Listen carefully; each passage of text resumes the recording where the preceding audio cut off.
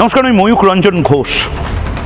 আমার হাতে আজ ভগবত গীতা রয়েছে, আর 24 ঘন্টার মধ্যে গোটা বাংলার 5 লক্ষ বা তার থেকেও বেশি মানুষের হাতে এই গীতা থাকবে। এবং ব্রিগেড প্যারেড গ্রাউন্ড, যে ব্রিগেড প্যারেড গ্রাউন্ডকে আমরা জানি বামফ্রন্টের, যে ব্রিগেড প্যারেড গ্রাউন্ডকে আমরা জানি তৃণমূল কংগ্রেসের রাজনৈতিক কর্মীদের বা দলের যে ব্রিগেড প্যারেড গ্রাউন্ড, সেই ব্রিগেড প্যারেড গ্রাউন্ড ভরে উঠবে কৃষ্ণের কথায়, ভরে উঠবে অর্জুনের হাহাকারে, ভরে উঠবে গীতার কথায়। পরিত্রাণায় সাধূনাং বিনাশায় চ দুষ্কৃতাং ধর্ম সংস্থাপনার্থায় সম্ভবামি যুগে যুগে। বাংলার মানুষ তো পরিত্রাণ চাইছেন, বাংলার মানুষ পরিত্রাণ চাইছেন বলেই তো এত মানুষ শুধুমাত্র এই গীতার জন্য, এই ভগবত গীতার জন্য একত্রিত হচ্ছেন।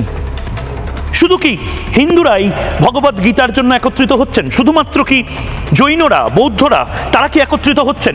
হিন্দু, বৌদ্ধ, শিখ, জৈন, পারসিক, মুসলমান, খ্রিস্টানি তারা প্রত্যেকে এই পবিত্র গ্রন্থের জন্য একত্রিত হচ্ছেন। এবং রবিবার বেনজির জাত পাত ধর্ম বর্ণ নির্বিশেষে বেনজির সনাতনী ঐক্য, ভারতীয়দের ঐক্য আমরা দেখতে চলেছি। আমরা এর পাশাপাশি দেখতে চলেছি বাংলাদেশি শরণার্থী যারা, তাদের এই গীতার মঞ্চে আগমন। কিন্তু আমরা দেখতে পাচ্ছি না মমতা বন্দ্যোপাধ্যায়কে। মমতা বন্দ্যোপাধ্যায়ের কি গীতাতে ভয়? মমতা বন্দ্যোপাধ্যায়ের কি গীতাতে অস্বস্তি? মমতা বন্দ্যোপাধ্যায়ের কি এত সাধু সন্ত তাতে অস্বস্তি?